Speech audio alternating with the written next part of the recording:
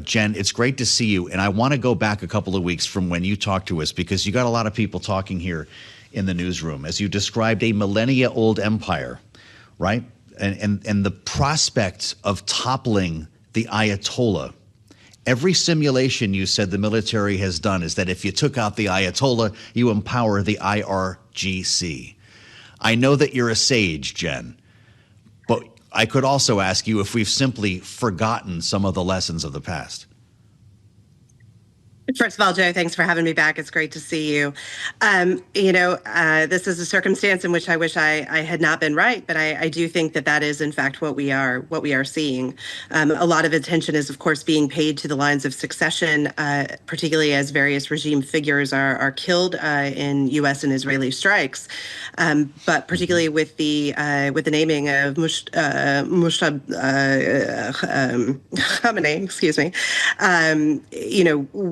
whatever state he may be in, all reports are that this was an installation more or less by the IRGC. So I do think we're seeing that consolidation of power. What do you think of the talk of troops on Kharg Island, occupy that position and use it as leverage to reopen the strait? Is this something that could work? I mean, certainly not on its own. As Secretary Panetta said, I think that you would have to secure parts of the Iranian border itself in order along the Gulf, or along the Strait, in order to really secure passage.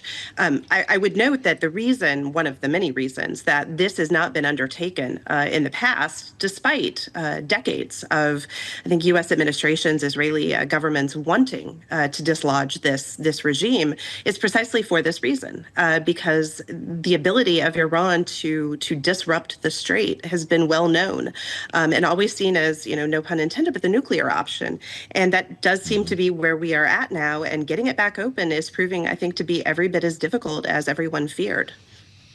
Boy, so the secretary also talked about what would be required to keep the Strait open, the number of troops involved, and we've already started to pulverize their military capability in that area. General Dan Kane said A-10 Warthogs are at it. We've got Apache helicopters at it.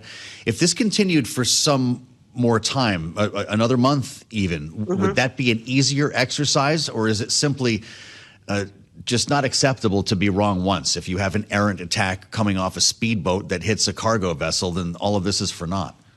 Exactly. It's not just about air or land superiority. It's the fact that it doesn't take a lot for Iran to continue to disrupt, whether it's drones, whether it's mines, exactly as you say, whether it's a speedboat passing by. And so now that this has been unleashed, convincing, and it's not about going on TV and telling people that it is now safe for transit, but it's about insurance companies and transit lines having that confidence. And so restoring the confidence that Iran will not utilize those tactics in the future, I think, is going to be a very, very hard sell, regardless of what we do militarily. And the other thing I would note to that is, I think there's no doubt that there have been significant tactical successes through this. And yet we still keep attacking, right?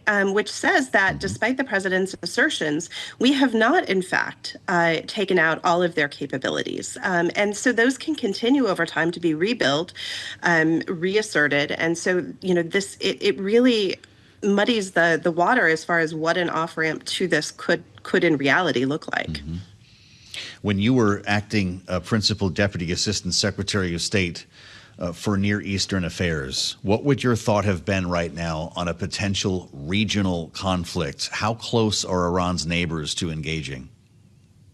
So I think we are continuing to see them do everything in their power. I mean, they take hit after hit and are clearly resisting what is a very understandable instinct to hit back out of concerns that the damage that we've seen so far just expands if they engage in this conflict in an offensive way. That being said, as you've alluded to, the economic and global economic damage globally, but certainly to the Gulf states and their long-term economic visions cannot be overstated. It is catastrophic. And so I am watching that carefully. How long can they endure this without feeling like they need to take a more direct role in it? No, that would be a big deal, and I can only imagine the market reaction. What's $200 billion tell you, Jen, before you leave us today? That's the figure we're expecting for a supplemental budget request, and people are trying to read into that. Does that mean restocking all of the supplies we gave to Ukraine, or is this implying some sort of anticipation of a longer conflict? What do you buy with $200 billion? You buy a lot with 200 billion. There's no question that our stockpiles do need to be replenished. And so from that angle, I think that those numbers are not as stunning as one might think, but it also does suggest that this conflict, which initially was described as very short, we're now several weeks in. I don't see a resolution to this in the next two or three weeks at least. And if you do insert boots on the ground, whether on Kharg Island or on the coast of Iran itself, that complicates certainly what the outlook is for then pulling them back and for this conflict really coming to resolution. So I think the 200 billion number is concerning.